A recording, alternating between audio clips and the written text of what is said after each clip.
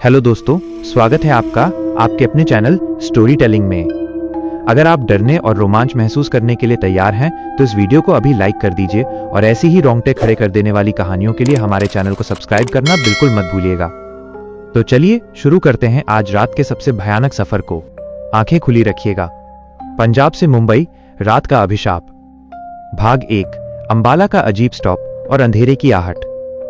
Train number 1984, एक नई शुरुआत का सफर। देर शाम के 7:30 बजे थे। पंजाब के लुधियाना स्टेशन पर प्लेटफॉर्म नंबर 2 पर train number 1984 Punjab mail Mumbai central के लिए अपनी लंबी यात्रा शुरू करने को तैयार खड़ी थी। ये कोई फैंसी वातानुकूलित एसी ट्रेन नहीं थी, बल्कि एक पुरानी गर्दिश भरी एक्सप्रेस थी जिसकी बोगियों में सफर करने वाले हर इंसान की अपनी कहानी थी। इस ट्रेन में सफर कर रहा था अर्जुन, जो लगभग 25 साल का एक युवा सॉफ्टवेयर इंजीनियर था। वो एक मल्टीनेशनल कंपनी में नई नौकरी ज्वाइन करने के लिए सपनों की नगरी मुंबई जा रहा था। अर्जुन ने स्लीपर क्लास में अपनी सीट बर्थ 34 खोज ली। उसकी बर्थ S4 बोगी में थी, जो कि ट्रेन के लगभग बीच में थी। अर्जुन की बगल वाली लोअर बर्थ पर एक अधेड़ उम्र के सरदार जी मिस्टर बलबीर सिंह बैठे थे, जो शांत स्वभाव के लग रहे थे और अपनी पगड़ी ठीक करने में व्यस्त थे। सामने की बर्थ पर एक फैमिली थी, एक पति पत्नी और उनकी 7-8 साल की बेटी परी, जो अपनी नई गुड़िया के साथ खेल रही थी। ट्रेन ने एक लंबी सी सीटी मारी और धीरे धीरे प्लेटफॉर्म छोड़ना शुरू कर दिया। लुधियाना का शोर धीरे धीरे पीछे छूट गया और ट्रेन रात के अंधेरे में खेतों और छोटे छोटे कस्बों को पार करने लगी। रात का भोजन निपटाने के बाद अर्जुन ने अपने ईयरफोन लगाए और कुछ देर संगीत सुनने लगा। करीब 11 बजे ट्रेन ने अंबाला कैंट स्टेशन पार किया। इसके बाद ट्रेन को सीधा दिल्ली के पास किसी बड़े स्टेशन पर रुकना था। सब यात्री सोने की तैयारी कर रहे थे। टीटीई अपनी आखिरी राउंड पर था, टिकट चेक कर रहा था। अंधेरे में अचानक ब्रेक।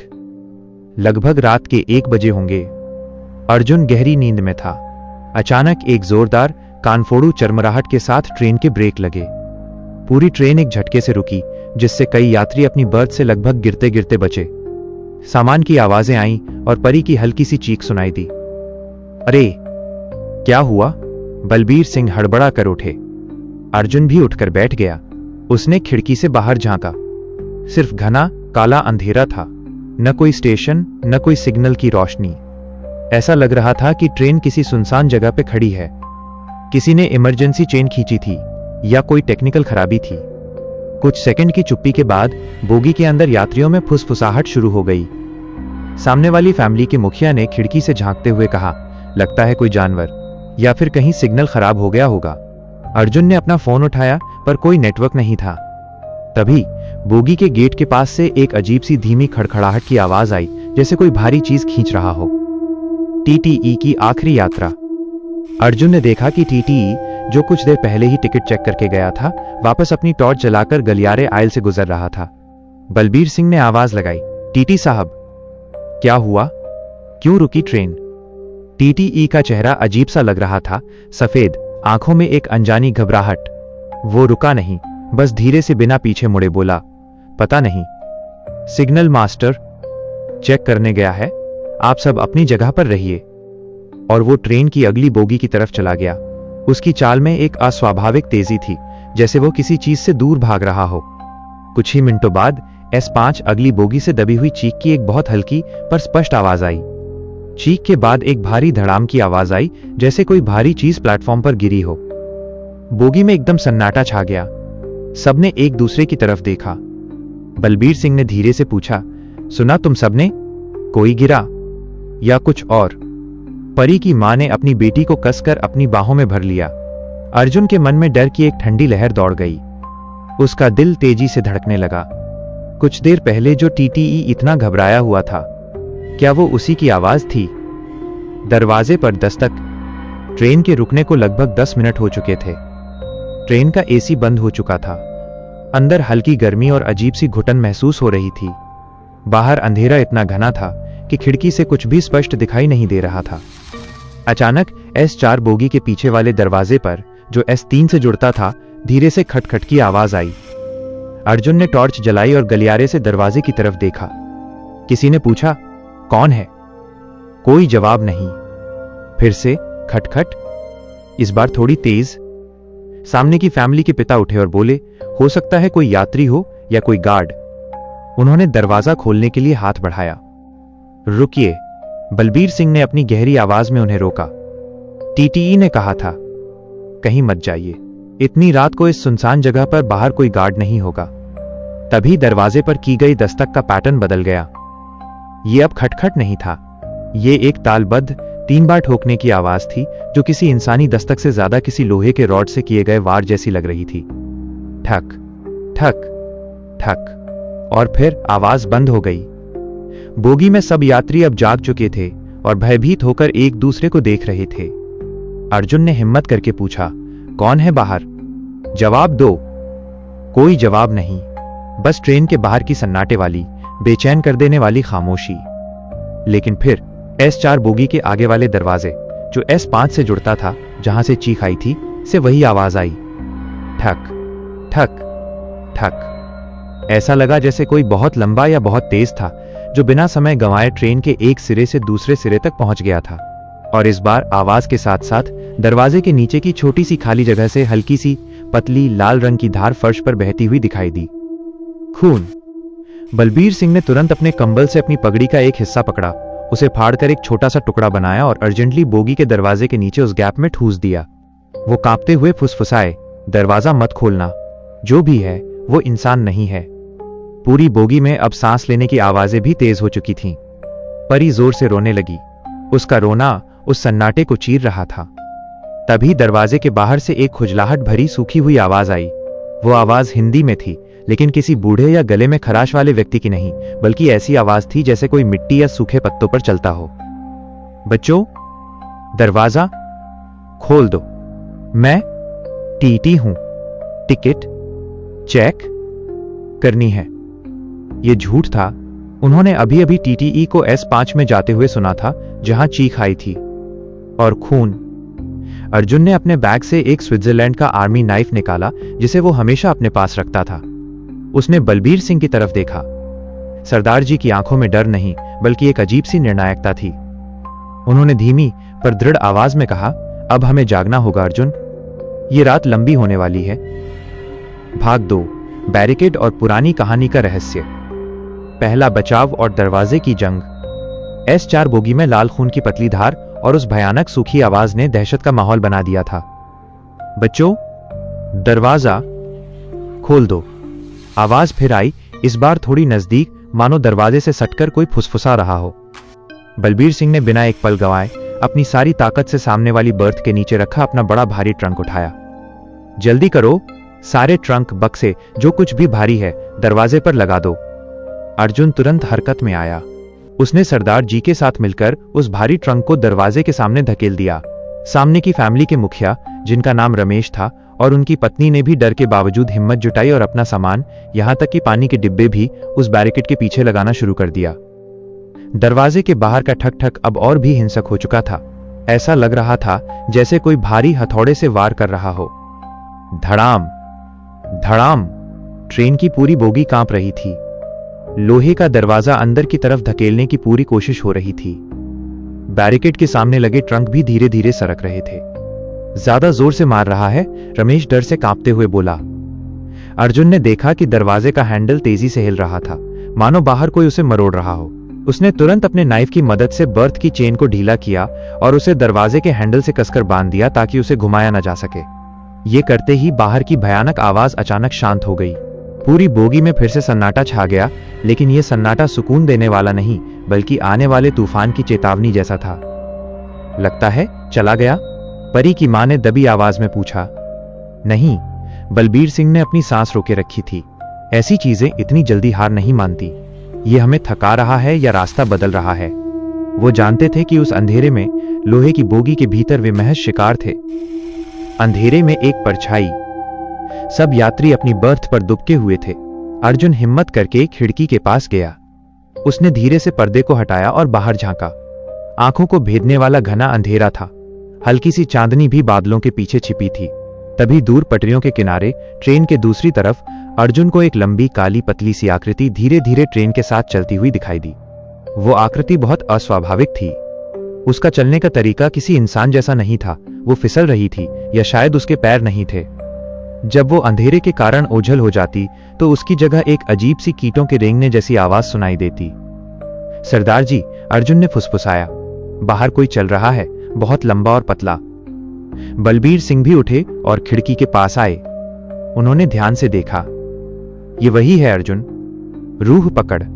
मिस्टर सिंह की कहानी, रूह पकड़। बलबीर सिंह की आवाज में एक गंभीरता थी जिसने सभी को अपनी ओर खींच लिया। मुझे ये रास्ता याद है, साल 1965 की बात है। इसी रास्ते पर अंबाला और दिल्ली के बीच एक पैसेंजर ट्रेन का भयानक एक्सीडेंट हुआ था। रात का समय था और दुर्घटना इतनी भीषण थी कि कई बोगियां पटरी से उतर गईं। कहा जाता है कि उस ट्रेन में एक बहुत ही क्रूर टीटीई था जिसे लोग टिकट कलेक्टर नहीं बल्कि टैक्स कलेक्टर कहते थे। वो गरीब लोगों से दुर्व्यवहार करता था और उन्हें बिना वजह परेशान करता था। उस एक्सीडेंट में उसकी मौत हो गई थी, लेकिन उसकी आत्मा को मुक्ति नहीं मिली।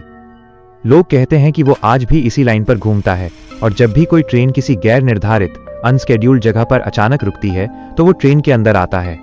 रमेश ने कांपते हुए पूछा, और ये रूह पकड़ क्या है? ये उसका नाम है। वो सिर्फ उन लोगों को नहीं मारता जो बिना टिकट सफर करते हैं। वो हर यात्री की अंतिम सांस लेता है, आत्माओं को इकट्ठा करता है और उसकी सबसे बड़ी निशानी है 3 बार दस्तक। और वो कभी किसी को दरवाजा खोलने को नहीं कहता, वो हुक्म देता है।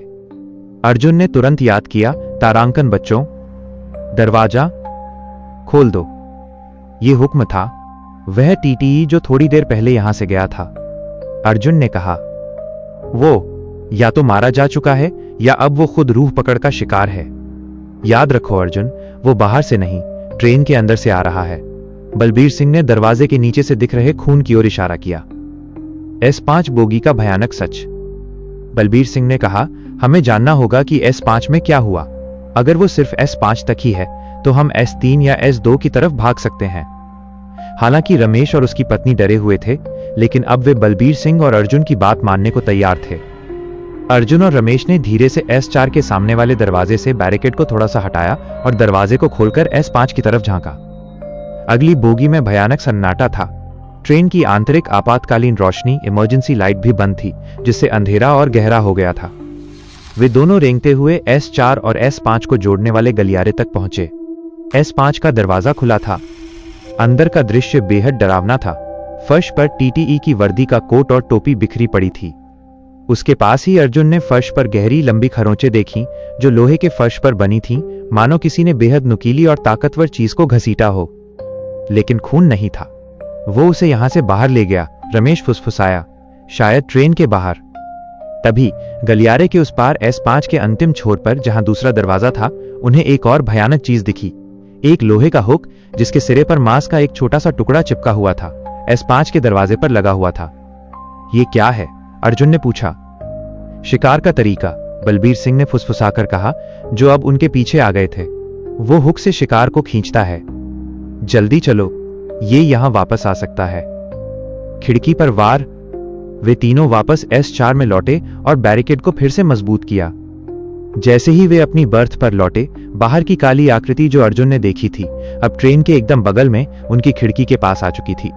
एक भयानक चीखती हुई, रेत पर धातु घिसने जैसी आवाज आई, स्क्रीईच।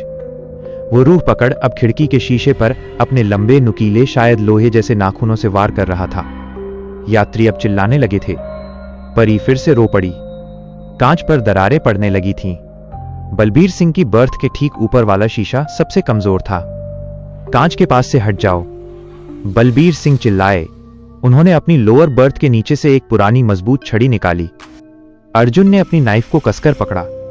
क्रैक। शीशे में एक लंबी दरार आई। अब खिड़की का टूटना केवल समय की बात थी। उस चीज को बस एक जोरदार वार और करना था और वो अंदर होगी। सरदार जी, क्या करें? अर्जुन ने घबराहट में पूछा। बलबीर सिंह ने तेजी से याद किया कि रूह पकड़ के बारे में वो कहानी, वो सिर्फ अंधेरे में शिकार करता था। शोर, हमें जोर से शोर मचाना होगा। शायद वो रोशनी या आवाज से डरता है। उन्होंने तुरंत अपनी छड़ी से अपनी ही बर्थ के लोहे के फ्रेम पर जोर से पीटना शुरू कर दिया। ढन ढन ढन। अर्जुन ने भी अपने ट्रंक को दरवाजे पर जोर से बजाना शुरू किया। रमेश ने चिल्लाना शुरू कर दिया। बाहर खिड़की पर वार कर रही आवाज अचानक रुक गई। ऐसा लगा जैसे रूह पकड़ एक पल के लिए भौचक्का रह गया हो। पीछे के दरवाजे का खुलना। पूरे बोगी में सिर्फ यात्रियों के शोर और सांस लेने की तेज आवाजें थीं। वे सफल हो गए थे, आवाज काम कर गई थी। अर्जुन ने एक गहरी सांस ली। लेकिन तभी उन्हें S4 बोगी के पीछे वाले दरवाजे, जो S3 से जुड़ता था, से एक हल्की लेकिन स्पष्ट आवाज सुनाई दी। ये रूह पकड़ की दस्तक नहीं थी, ये आवाज थी किसी चाबी के लॉक में घूमने की। टिक टिक कट। S3 का दरवाजा अंदर से कोई खोल रहा था। अगर कोई दरवाजा अंदर से खोल रहा था तो या तो एक S3 बोगी का कोई यात्री इतना डर चुका था कि वो दरवाजा खोलकर भागने की कोशिश कर रहा था, 2 या रूह पकड़ पहले ही S3 के अंदर पहुंच चुका था। ये तो S3 का लॉक है, रमेश चिल्लाया। बलबीर सिंह की आंखें फैल गईं। उन्होंने फुसफुसाया, वो शायद पटरी पर नहीं था अर्जुन, वो ट्रेन के नीचे से या छत से आया होगा। अगले ही पल S3 की तरफ से एक लंबी भयानक दर्द भरी चीख S4 के अंदर गूंज उठी। ये चीख एक आदमी की थी जो अचानक बंद हो गई, जैसे किसी ने उसका गला घोंट दिया हो। अब अर्जुन और बाकी यात्री 2 मोर्चों पर फंस चुके थे। सामने का दरवाजा बैरिकेड किया हुआ था, पर पीछे से खतरा आ चुका था और S3 में अब शिकार शुरू हो चुका था। भाग 3, आखिरी रात और सुबह की रोशनी। पीछे से हमला। S3 बोगी से आई चीख ने S4 के यात्रियों के होश उड़ा दिए। अब उन्हें यह साफ हो गया था कि ट्रेन में कोई बाहरी नहीं, बल्कि एक शिकारी मौजूद था जो किसी भी दरवाजे को खोल सकता था। बलबीर सिंह ने तुरंत अर्जुन की तरफ देखा।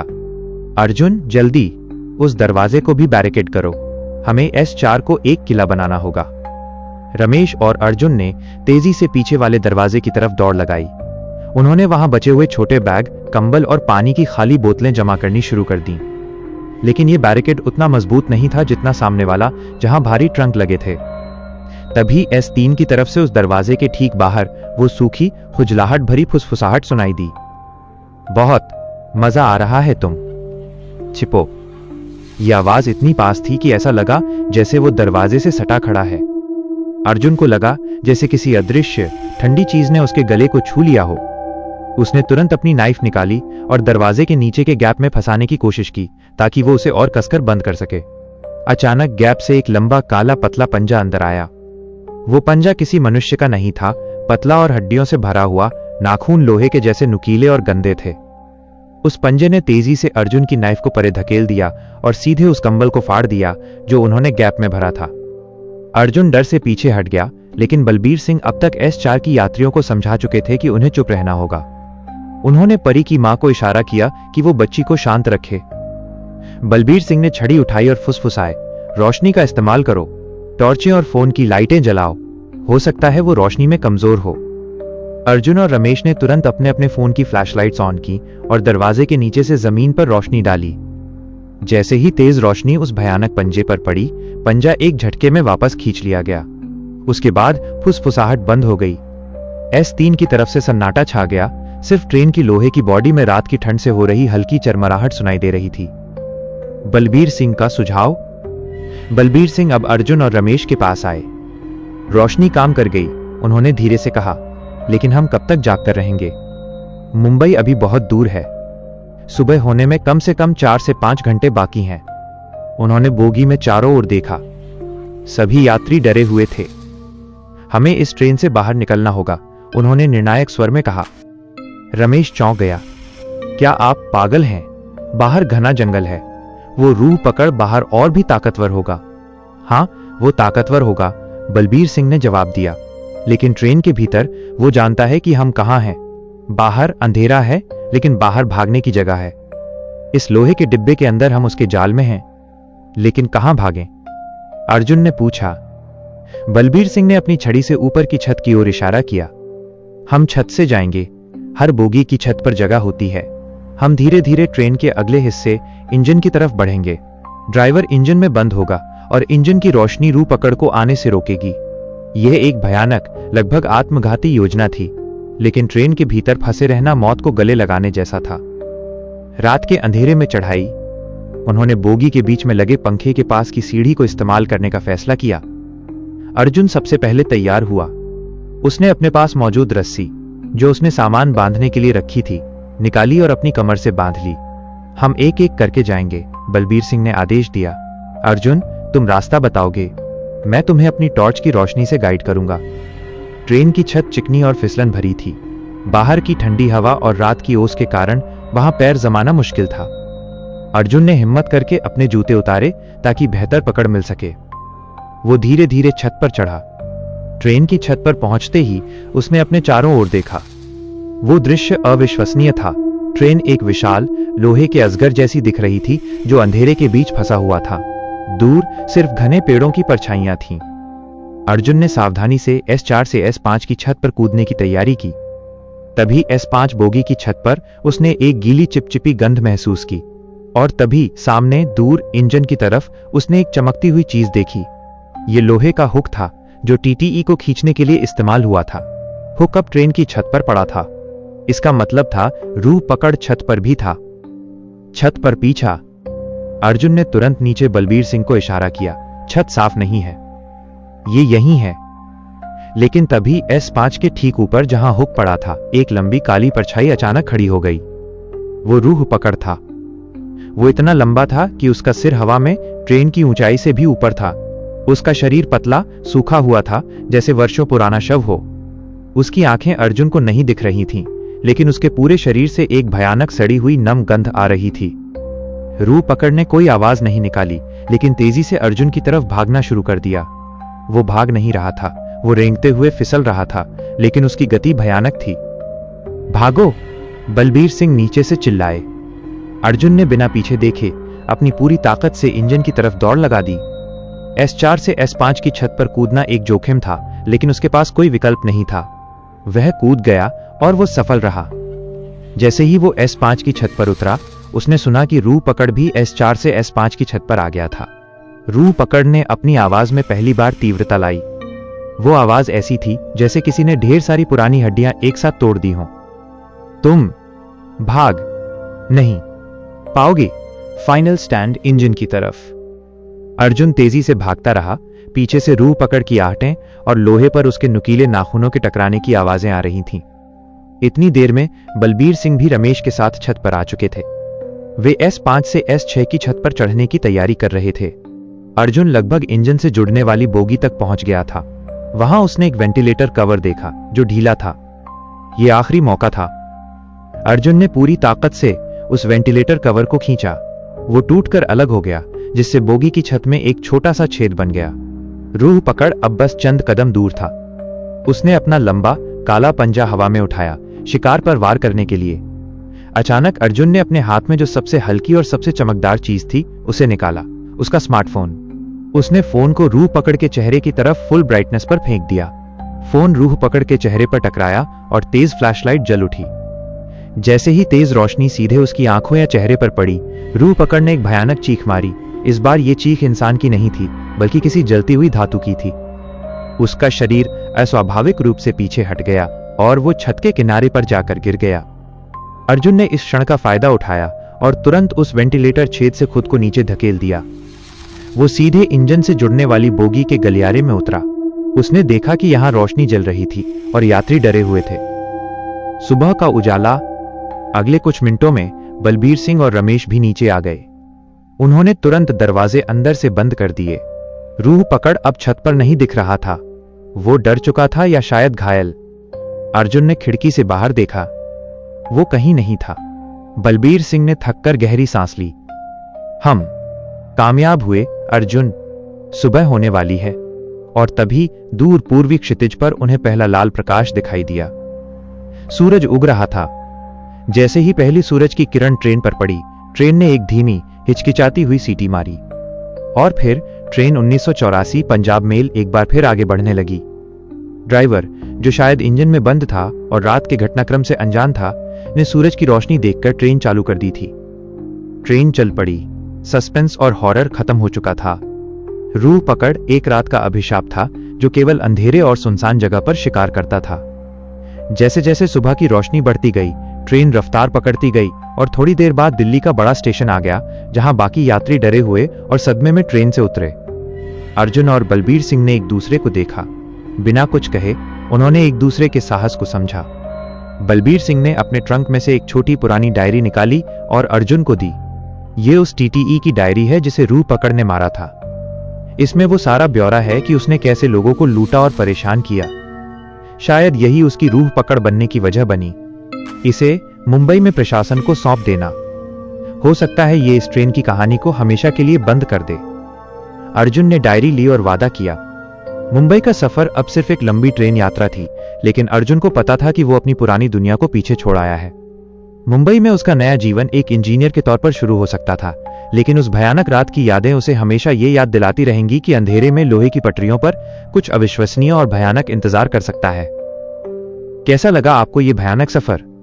हमें कमेंट्स में जरूर बताइए कि आपको कहानी का कौन सा हिस्सा सबसे ज्यादा डरावना लगा। अगर आपके रोंगटे खड़े हुए हों तो इस वीडियो को लाइक करें और ऐसी ही अनसुनी, रहस्यमय और डरावनी कहानियों के लिए अपने चैनल स्टोरी टेलिंग को सब्सक्राइब करके बेल आइकॉन दबाना बिल्कुल न भूलें। हम फिर मिलेंगे अगली रात एक नए डर के साथ। तब तक के लिए अपना ध्यान रखिए।